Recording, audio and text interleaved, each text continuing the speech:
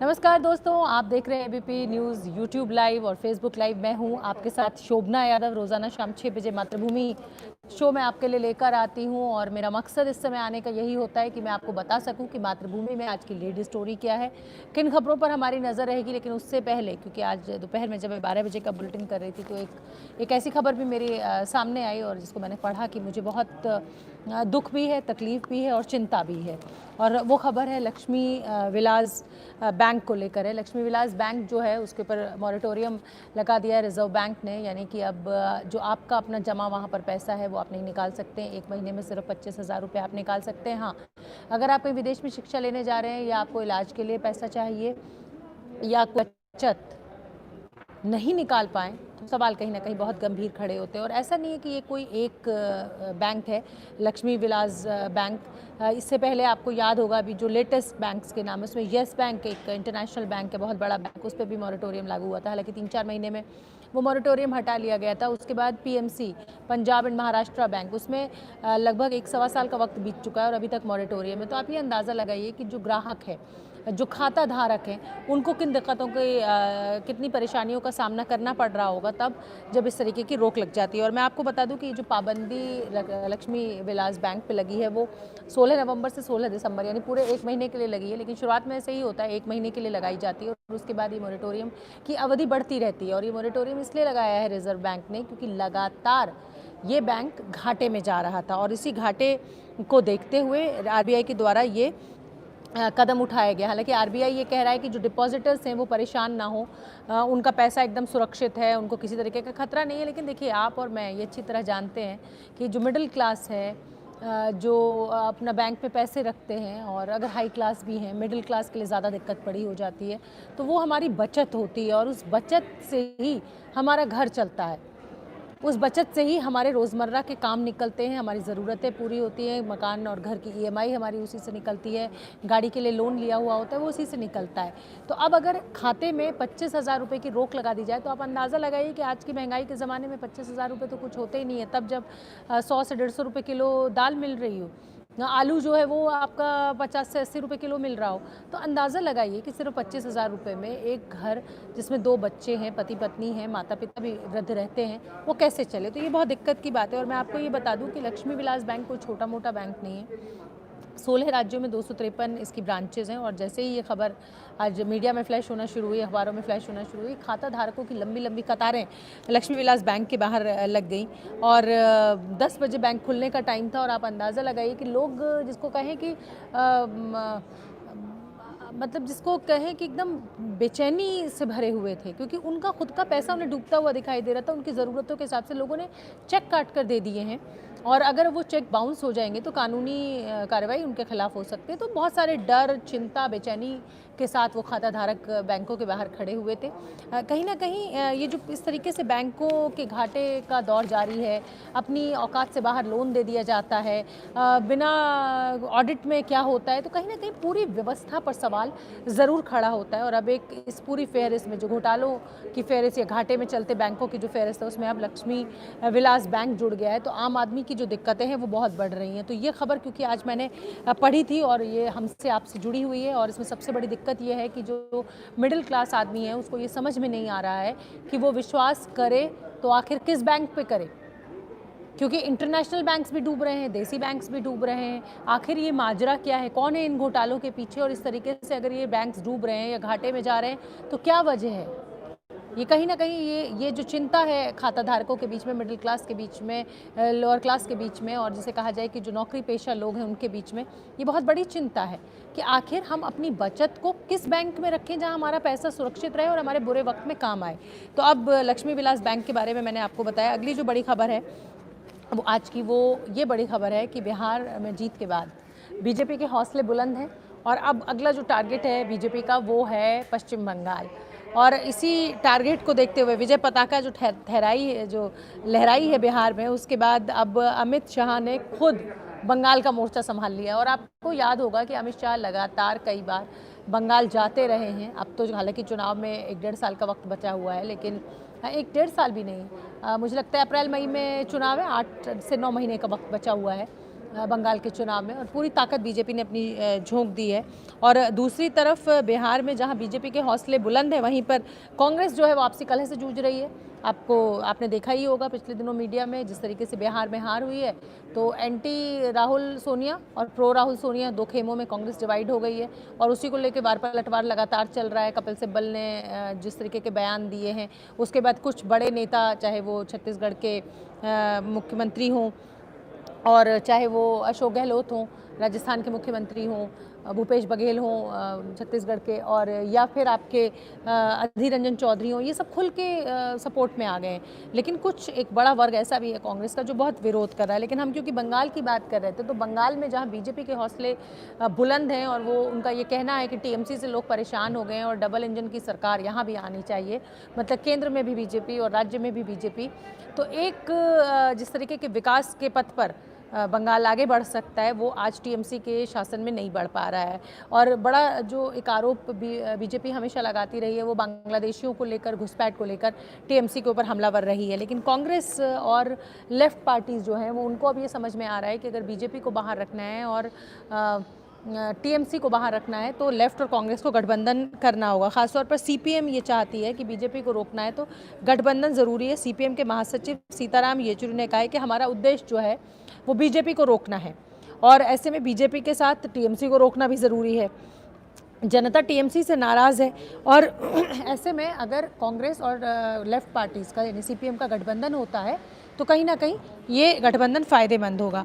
और अब मैं आपको ये भी बता दूं कि क्योंकि अमित शाह, जैसा कि मैंने जिक्र किया कि उन्होंने खुद मोर्चा संभाल लिया है पश्चिम बंगाल का, खुद गृह मंत्री अमित शाह महीने में 2 बार 2 दिन के लिए 2 बार नहीं, माफ़ कीजिए, 2 दिन के लिए बंगाल में रहेंगे और राष्ट्रीय अध्यक्ष जेपी नड्डा साहब भी 3 दिन के लिए बंगाल में रहेंगे। तो आप अंदाज़ा कीजिए कि जिस तरीके से मोबिलाइज़ करना है, सीटों पे उम्मीदवारों का चयन करना है, उनकी विनेबिलिटी फैक्टर को कंसीडर करना है, उस पर एकदम इंश्योर होना है कि किस इलाके में कौन उम्मीदवार होना चाहिए, क्या मुद्दे होने चाहिए, क्या सिर्फ टीएमसी का विरोध करके ही चुनाव को जीता जा सकता है या विकास की बात करके, डबल इंजन की सरकार की बात कर भी चुनाव को जीता जा सकता है। घुसपैठियों की जो एक बड़ी समस्या है, क्या उसको लाया जा सकता है। और जिस तरीके बीजेपी हिंदुत्व की राजनीति करती है, वो तो एक बहुत बड़ा हथियार बीजेपी के हाथ में है ही।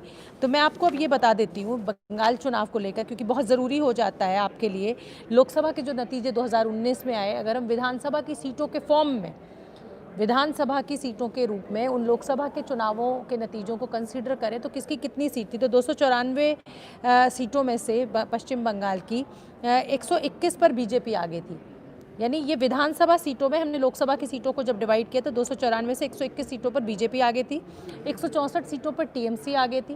कांग्रेस का जो प्रदर्शन रहा है वो बहुत लंबे समय से ख़राब रहा है। तो लोकसभा के चुनाव में भी अगर हम विधानसभा की सीटों पर उसको कंसिडर करें तो सिर्फ 9 सीटों पर कांग्रेस का जो गठबंधन, कांग्रेस जो थी वो आगे थी।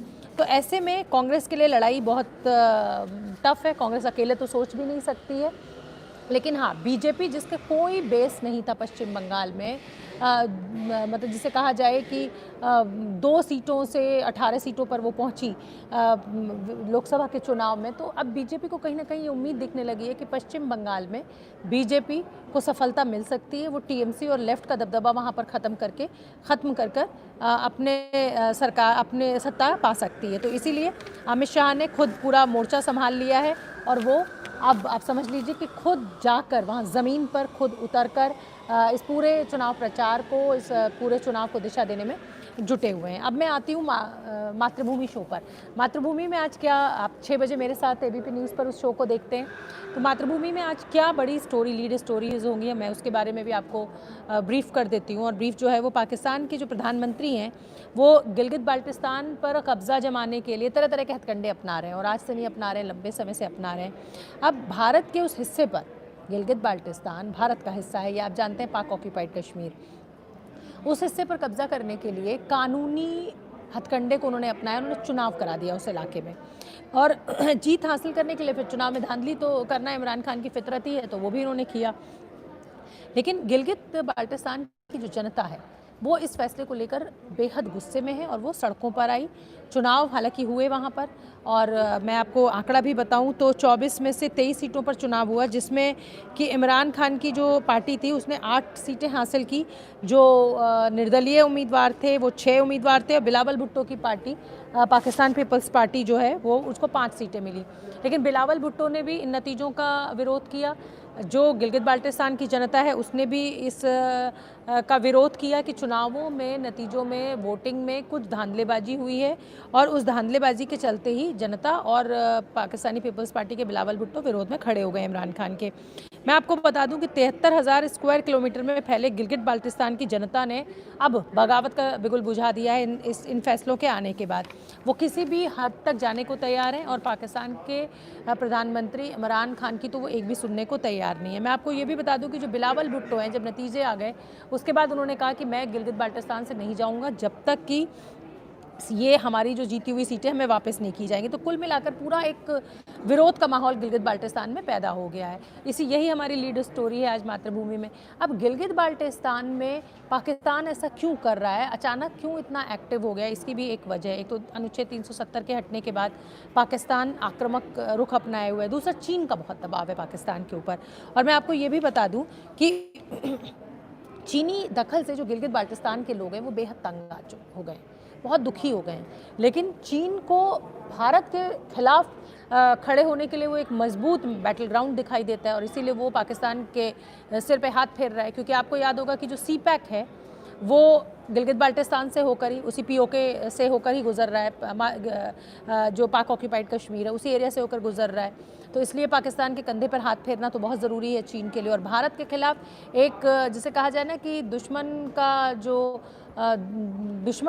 दुश्मन होता है वो अपना सबसे बड़ा दोस्त होता है, तो चीन इसी थ्योरी पर काम कर रहा है कि पाकिस्तान भारत का दुश्मन है, और अगर उस दुश्मन को दोस्त बना लिया जाए तो उससे बड़ा कोई दोस्त नहीं। और हम आपको ये भी बताएंगे आज के मातृभूमि शो में कि इमरान खान चीन के इशारे पर किस तरह की चालें चल रहे हैं गिलगित बाल्टिस्तान पर कब्जा करने के लिए। वो भारत की ज़मीन है, ये समझना होगा पाकिस्तान को। दूसरा, हम आपको ये भी बताएंगे कि चीन को जब से ये लगने लगा है कि भारत अब इस पर क्लेम कर रहा है और भारत आक्रामक हो सकता है, तो तब से चीन की बेचैनी भी बहुत बढ़ी हुई है। हम आपको ये भी बताना चाहते हैं कि 18 लाख की आबादी वाले गिलगित बाल्टिस्तान पर पाकिस्तान ने धोखे से 1947 में कब्जा कर लिया था। और तो और पाकिस्तान का जो संविधान है उसमें भी माफ़ कीजिए, गिलगित बाल्टिस्तान के लिए जिसे कहा जाए वो हिस्सा नहीं है उस संविधान में। गिलगित बाल्टिस्तान में पाकिस्तान को बहुत सीमित शक्तियाँ मिली हुई हैं, लेकिन उसके बावजूद पाकिस्तान है कि सुधरने का नाम नहीं ले रहा है। और ये भारत सरकार जो है उसने अपना स्टैंड एकदम क्लियर कर दिया, अखंड भारत। और इसीलिए पाकिस्तान जो है वो बौखलाया हुआ है, और साथ में चीन की जो चिंता है वो लगातार बढ़ती जा रही है। और अखंड भारत में साफ साफ ये है कि हम किसी भी सूरत में जो POK है उसको नहीं छोड़ेंगे। उस पर हम अपना जो अधिकार की बात करते हैं वो हम नहीं छोड़ेंगे, और मौका आएगा तो हम उस पे कब्जा भी कर लेंगे। और लेकिन आप ये भी जानते हैं कि चीन जो है वो पाकिस्तान को हमेशा से मोहरे की तरह इस्तेमाल कर रहा है। और एक हम आपको ये भी बताना चाहते हैं कि चीन के लिए बहुत ज़रूरी है पाकिस्तान का साथ। एक तो CPEC, दूसरा बहुत पैसा चीन ने व्यापार के लिए पाकिस्तान में लगाया है, और इसीलिए चीन की भी चिंता बहुत ज़्यादा बढ़ रही है। और मैं आपको ये भी बता दूं कि 4,60,000 करोड़ की लागत से CPEC बन रहा है। 4,60,000 करोड़ ये चीन का पैसा लगा हुआ है जो CPEC वो बना रहा है, और उससे वो भारत के समुंदर में सीधे पहुंच सकता है। यही कोशिश है चीन की। दूसरा, आप ये भी जानते ही हैं कि चीन से सीमा विवाद सुलझाने के चलते पाकिस्तान ने शख्सगाम जो है उसको पहले ही, जो गिलगित बाल्टिस्तान का जो हिस्सा था, POK का जो हिस्सा था, उसको वो पहले ही शख्सगाम को सौंप चुका है। तो कहीं ना कहीं चीन जिस तरीके से पाकिस्तान के ऊपर दबाव बनाकर भारत के खिलाफ एक मजबूत शक्ति बनने की कोशिश कर रहा है सीमा पर, उसको भारत ने रोकने के लिए बिगुल बजा दिया है। और ये आप जानते ही हैं कि इमरान खान जो कि गिलगित बाल्टिस्तान यानी POK पे कब्जा जमाने के लिए 5वां प्रांत भी गिलगित बाल्टिस्तान को अपना पहले से ऐलान कर चुके हैं। लेकिन अब क्योंकि गिलगित बाल्टिस्तान की जनता जो है वो नो नॉनसेंस के उसमें है, क्योंकि आपने विकास तो वहाँ पे कुछ किया नहीं, आपने सिर्फ उस प्रांत की जनता को उसका सिर्फ इस्तेमाल किया अपने फ़ायदे के लिए, भारत के खिलाफ अपने को मजबूत करने के लिए। तो इसलिए अब गिलगित बाल्टिस्तान के लोग भी चुनाव में जिस तरीके के रिजल्ट्स आए उसके बाद सड़कों पर विरोध प्रदर्शन के लिए सामने आ गए। तो ये लीड स्टोरी हमारी रहेगी उसमें। दूसरी जो हमारी लीड स्टोरी रहेगी वो LAC, चीन के साथ जो LAC है उस पर रहेगी। आपको याद होगा कि मई में जब चीन के साथ सीमा विवाद बढ़ा तो पूर्वी लद्दाख इलाके में चीन के जो सैनिक हैं वो पहाड़ों पे बर्फ़ की चोटियों पर आकर जम गए। उन्हें लगा था कि भारत वो 1962 वाला भारत है और उनका जवाब नहीं दे पाएगा, लेकिन इस बार भारत के जो जवान हैं उन्होंने मुंह तोड़ जवाब दिया और उनको खदेड़ा ही नहीं बल्कि उन पहाड़ की चोटियों पर कब्जा भी कर लिया। अब क्योंकि सर्दियां बढ़ रही हैं और चीन के सैनिकों के लिए आसान नहीं है वहाँ पे जमे रहना, उन्हें भी पीछे हटना ही है वहाँ से, और भारत के जो जवान हैं वो एक मुस्तैदी के साथ, मजबूती के साथ जिस तरह से खड़े हुए हैं, उसे हौसले भी पस्त हैं चीन के। तो और हम आपको ये भी बता दें कि पूर्वी लद्दाख की चोटियों के बीच में जो देश के जवानों का जो कवच है वो मातृभूमि की ढाल बनकर खड़े हो गए हैं चीन के खिलाफ। मैं आपको ये बता दूं कि पूर्वी लद्दाख के सेक्टर में तैनात जवानों के लिए एक विशेष तरीके के टेंट्स की व्यवस्था की गई है, विशेष तरीके का, जिसको कहा जाए कि स्मार्ट कैंप इसको कहा जा रहा है, जहाँ पर पलंग है, साथ में सामान रखने के लिए एक अलमारी। देखिए पहले इस तरीके के अरेंजमेंट नहीं हो पाते थे, लेकिन अब भारतीय जो सेना है वो भी बहुत सशक्त हुई है, तो वो उस तरीके का इंतज़ाम किए गए जिसमें बिजली, पानी की हर तरीके की, कमरे को गर्म रखने की सभी सुविधाएं मौजूद है। तो कहीं ना कहीं सशक्तिकरण उन जवानों का स्मार्ट कैंप्स के रूप में किया गया है। और पिछले कई दिनों से हमें ये खबर भी मिल रही थी कि बढ़ती ठंड के बीच सैनिक जो हैं, चीनी सैनिक, वो बीमार हो रहे हैं, और अभी तो सिर्फ नवंबर शुरुआत है, आधा नवंबर निकला, अभी तो दिसंबर और जनवरी भी है, तो हौसले पस्त हैं। और आप तो जानते ही हैं कि जो भारत की सेना है वो सियाचिन में जिस तरीके की ड्यूटी करती है, तो हमारे जवान एकदम एक्लाइमेटेड भी हैं उस माहौल में काम करने के लिए, और उस तरीके की जो इच्छा शक्ति भारतीय जवानों में है उसी को देखकर चीन का हौसले पस्त है। तो आज ये 2 बड़ी स्टोरीज़ मातृभूमि में हम आपको दिखाएंगे। फिलहाल अब मुझे दीजिए आप इजाज़त, कल फिर आपसे मुलाकात होगी, मातृभूमि की लीड स्टोरीज़ भी और कुछ दिन की जो 2 बड़ी खबरें होंगी उस पर भी मैं आपसे चर्चा करूंगी। बहुत बहुत धन्यवाद, नमस्कार।